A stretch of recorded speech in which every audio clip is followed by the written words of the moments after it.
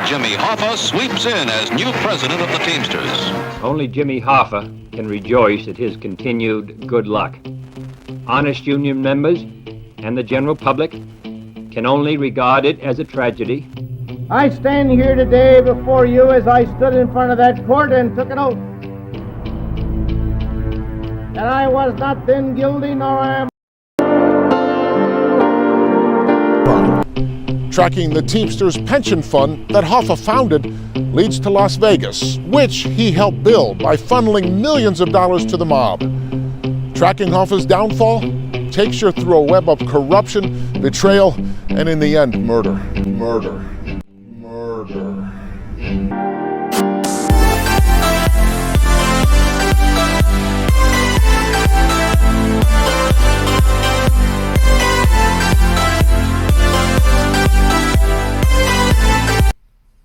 Alrighty guys, if you're new to the channel, I welcome you, and if you're returning, welcome back. That's usually how I start, and today I have an interesting one, I think anyway. I am at, do you recognize the building behind me? Let's go check it out. I'm at the Red Fox restaurant, or what used to be, and I'm in almost in the exact spot where they found Jimmy Hoffa's car. This was where he was supposed to have his meeting. This is where he used the payphone to call his wife and let her know that the meeting didn't show up. And this is where he disappeared from. Right here behind me, I'm at the Red Fox, or what used to be the Red Fox. Let's go check it out. When I had coffee with him the day before, I warned him. I said, Mr. Hoffa, there's a lot of people very upset. And his words to me were, my people will never harm me. On the afternoon of July 30th, 1975, Jimmy Hoffa drove to the parking lot of the Marcus Red Fox restaurant in Bloomfield Township and waited. 90 minutes after the scheduled 2 p.m. meet, a car with several men inside picked up Jimmy Hoffa, and he was never seen again. Alrighty, Hoffa's plans to regain the leadership of the union were met with opposition from several members of the mafia. One of them was Anthony Provenzano. He had been a Teamsters local leader in New Jersey. Well, it was here where Hoffa was supposed to have his meeting. Right here. It was July 30th, 1975, and Hoffa was supposed to have a meeting with Provenzano and Giacalone right here at the Red Fox. The meeting was due to take place at 2 p.m. here in Bloomfield Township. This place was known to Hoffa.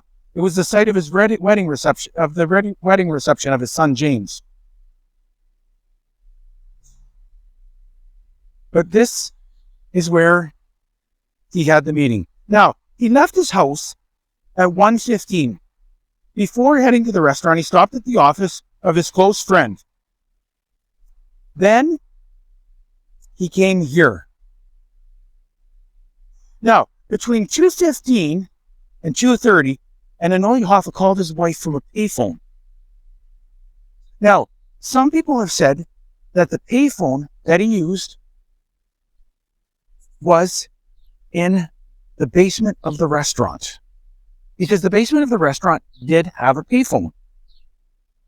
But another theory, and what makes the most sense, is that he used, and a lot of investigators believe, he used the payphone from the hardware store that was right behind the restaurant. That way he could see if the party had arrived. So, right here behind me is where the hardware store stood. And right out in front, there was a payphone. Hoffa was annoyed at this point. He comes back, he uses the payphone, he could see his car, and he could see if his party had arrived. But this is the spot right back here. This was Dahlman Hardware.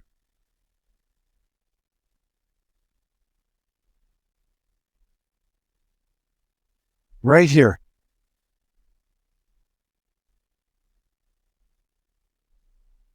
Right behind the Red Fox, you can see the shape of the building. Everything looks the same as when it was the Red Fox. But that's where the hardware store stood. Now, like I said, between 2:15 and 2:30, an annoyed Hoffa called his wife from the payphone in front of the hardware store right here. 2:30, he walked to a nearby phone, called Josephine, and asked, "Where the hell is Tony Giacalone? I'm being stood up." Back in front of the Red Fox, he waited for another hour. And when he used the phone again at 3:30 to call his friend at the limo service, he raged again about being stood up. Sometime after that second call, Jimmy Hoffa disappeared. That was the hardware store where the Planet Fitness is. Now, he complains that they had not shown up, and he had been stood up. His wife told him she had not heard from anyone. He told her he would be home at 4 p.m. to grill steaks for dinner. Now, he comes over into this parking lot right over here. This is a parking lot, and this is where they found the car. Now, two men saw Hoffa, recognized him, and stopped to chat with him briefly and to shake his hand. Investigators believe Hoffa leaves the site right here without a struggle, and what one witness reported seeing Hoffa in the back of a maroon Lincoln or Mercury car with 3 other people. That was the last time Hoffa was seen alive. It was right here in this parking lot. This is where the FBI found his car parked, and that hardware store. Right there where Planet Fitness is. That is the hardware store where he called his wife from a payphone and said his party had not shown up. It all happened right here. Now, they searched everywhere for Hoffa's body, but one of the accounts has to do with the book from Frank Sheeran, which talks about meeting him here and taking the drive over to Beaverland Street, whacking him there with 2 bullets, and then cremating him. Now, if you've seen the movie The Irishman with De Niro, I highly recommend it, a Martin Scorsese movie. It's an amazing movie. But if you go on that account, then when Hoffa left here, they took the drive 9 miles over to Beaverland, and that's where Sheeran killed him. I'm going to take you over to that house right now and show it to you. But this was the restaurant. Now, although there's a lot unknown about where Hoffa was taken after here, whether what Sheeran said on his deathbed regarding killing Hoffa on Beaverland in that house was true or not. Now, a lot of investigators speculate that is true. The one thing that is fact, for sure, without question, is that the last time that Hoffa was seen alive was right here at this restaurant in this parking lot, right where I'm standing, and this is right where the car was found. The Macus Red Fox restaurant occupies one corner of a shopping center about 15 miles from downtown Detroit. On Wednesday, July 30th, 1975, at about 2 p.m., Hoffa arrived here to meet with 3 men, all of them with close ties to organized crime. None of the 3 showed up, and the always punctual Hoffa waited for at least an hour and a half. Witnesses said he looked impatient and angry. Finally, someone picked up Hoffa. His car was found later still parked near the Red Fox. So I'm going to take you over to the house, and I'm going to show you that right now. And I'll tell you a little bit more about that. Alrighty, guys. So now I'm in a little neighborhood in Detroit, and I want to bring you and show you where the house is from I Paint Houses, which led to the movie The Irishman by Frank Sheeran.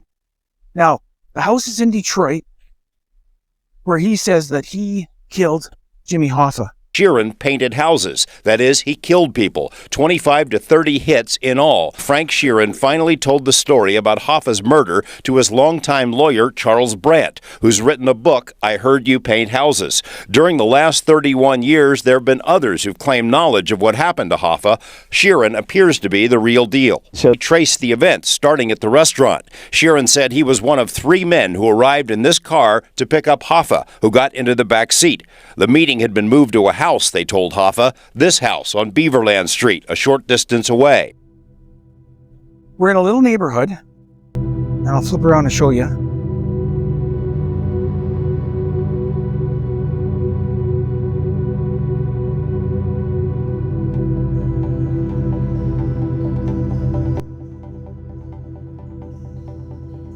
Just a little neighborhood here in Detroit.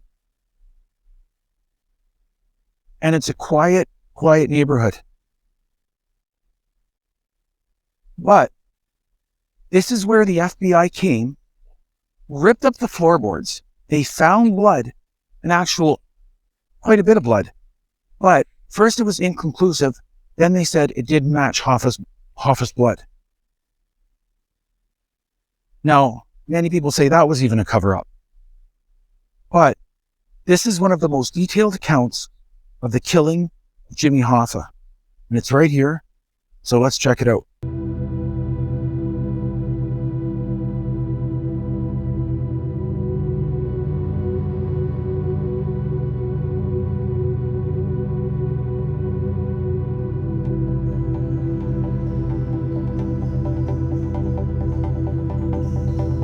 So imagine the FBI is here.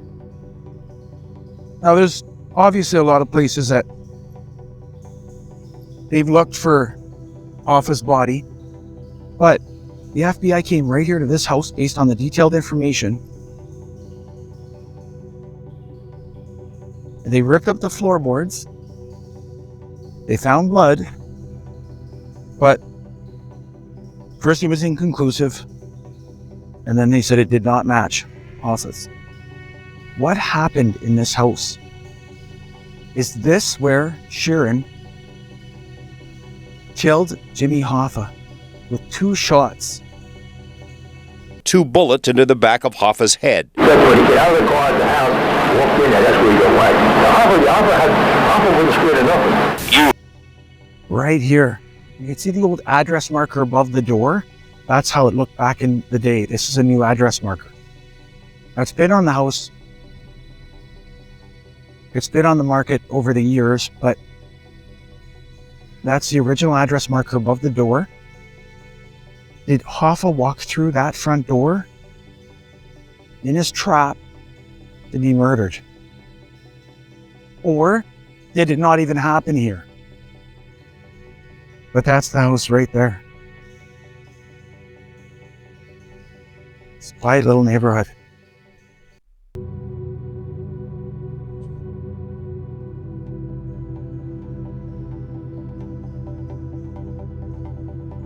Alrighty guys, that was the Sheeran house. The house from The Irishman. The house from I Paint Houses. Where Sheeran gives the detailed account of how he killed Jimmy Hoffa. Right there behind me. So what do you think? Let me know in the comments below. Do you think Sheeran's account, everything that he said, makes sense? Did you watch The Irishman? Did you like that movie? I thought it was an amazing movie. With Deniro, it was, Pesci comes back. It was just, I thought it was a great movie. But let me know what you think in the comments below. I appreciate you watching. I'm glad I got to show you this. Thanks, guys.